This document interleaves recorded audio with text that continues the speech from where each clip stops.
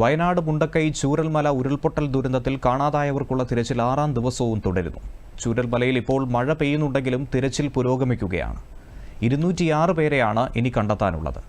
219 മരണം ഔദ്യോഗികമായി സ്ഥിരീകരിച്ചു.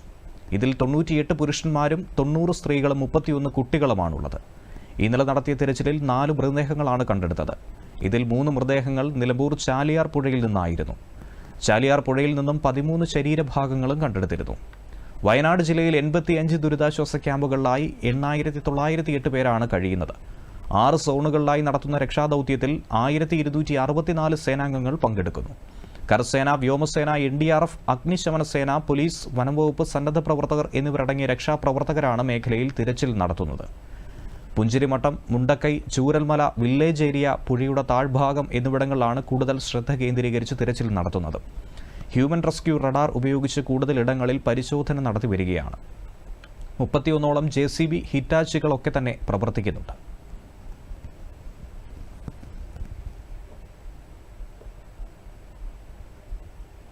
തിരച്ചിൽ 6ാം ദിവസത്തിലേക്ക് കടക്കുമ്പോൾ വയനാട്ടിൽ നിന്നും ഏറ്റവും പുതിയ വിവരങ്ങളുമായി അരുൺ വിൻസെന്റ് ചേരുന്നു. അരുൺ, എന്തൊക്കെയാണ് ഏറ്റവും ഒടുവിലായി നമുക്ക് വയനാട്ടിൽ നിന്നും ലഭിക്കുന്ന വാർത്തകൾ? 6ാം ദിവസത്തിലേക്ക് കടക്കുകയാണ്. ആദ്യത്തിൽ 6ാം ദിവസത്തെ ദൗത്യം ആരംഭിച്ചിരിക്കുന്നു. രാവിലെ 7 മണിയോടെ ദൗത്യ സംഘം തിരച്ചിലായി പുറപ്പെട്ടിരിക്കുന്നു. ഏകദേശം ഇന്നലെ നടത്തിയ തിരച്ചിലിൽ 4 മൃതദേഹങ്ങളാണ് കണ്ടെത്തിയത്. ഇതിൽ 3 മൃതദേഹങ്ങൾ നിലമ്പൂർ ചാലിയാർ പുഴയിൽ നിന്നാണ് കണ്ടെത്തിയത്.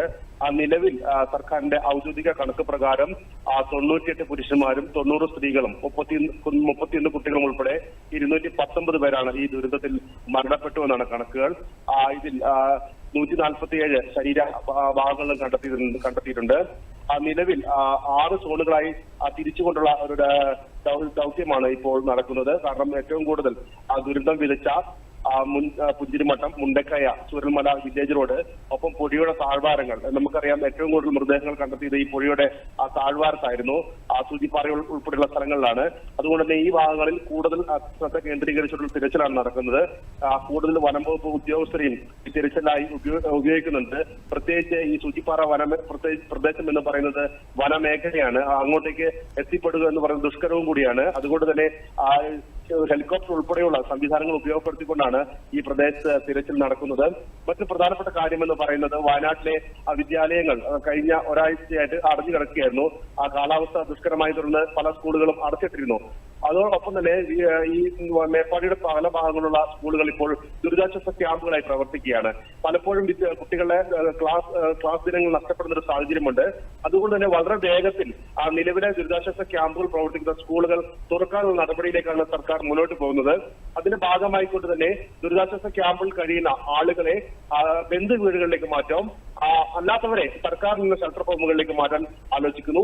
ഇതൊന്നും സാധ്യമാകാത്ത ആളുകളെ സർക്കാർ ചെലവിൽ തന്നെ വാടക വീടുകൾ സജ്ജീകരിച്ചുകൊണ്ട് വാടക വീടുകളിലേക്ക് മാറ്റാനുള്ള ഒരു പദ്ധതിയാണ് സർക്കാർ നടപ്പിലാക്കുന്നത്.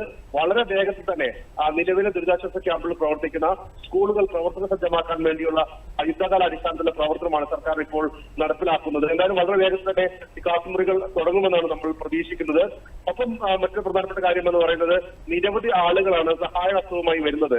അതുകൊണ്ട് ഒപ്പം തന്നെ പലരും ഭക്ഷണം ഉൾപ്പെടെ ഇങ്ങോട്ടേക്ക് എത്തിക്കുന്നുണ്ട്. ദുരിതാശ്വാസ ക്യാമ്പുകളിലേക്കും രക്ഷാപ്രവർത്തനത്തിൽ പോകുന്ന ആളുകൾക്കൊക്കെ വിവിധ സംഘടനകളൊക്കെ ഭക്ഷണങ്ങൾ കൊണ്ടുവരുന്നുണ്ട്. എന്നാൽ ഇന്ന് മുതൽ അത് നിയന്ത്രണം ഏർപ്പെടുത്തി എന്നുള്ളതാണ് പ്രധാന കാര്യം. പോലീസ് അതിന് നിയന്ത്രണം ഏർപ്പെടുത്തിയിരിക്കുന്നു. കാരണം ഭക്ഷ്യ വിഷബാധ ഉൾപ്പെടെയുള്ള ഈ മേഖലയ്ക്ക് ഉണ്ടാകാൻ സാധ്യത കണക്കിലെടുത്തുകൊണ്ടാണ് സർക്കാർ സംവിധാനം ഉപയോഗിച്ചുണ്ടാക്കുന്ന അല്ലെങ്കിൽ ഫുഡ് സേഫ്റ്റിയുടെ നിയന്ത്രണത്തിലുള്ള ഭക്ഷണങ്ങൾ മാത്രം കൊടുത്താൽ മതി എന്നുള്ള നിർദ്ദേശം പോലീസ് മുന്നോട്ട് വച്ചിരിക്കുന്നത്. മറ്റൊരു പ്രധാനപ്പെട്ട കാര്യം എന്ന് പറയുന്നത് കാണാതായ ഒരു ലിസ്റ്റ് തയ്യാറാക്കി എന്നതാണ്.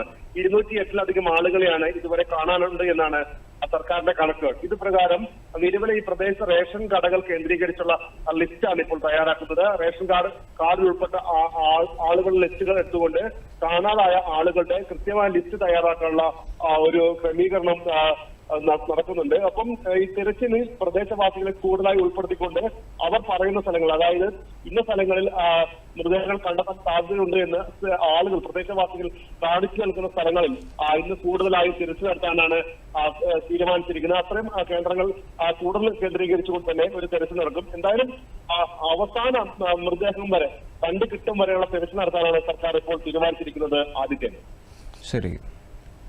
വയനാട്ടിൽ നിന്നും അരുൺ വിൻസെന്റ് ആണ് തത്സമയം വിവരങ്ങൾ പങ്കുവച്ചത്.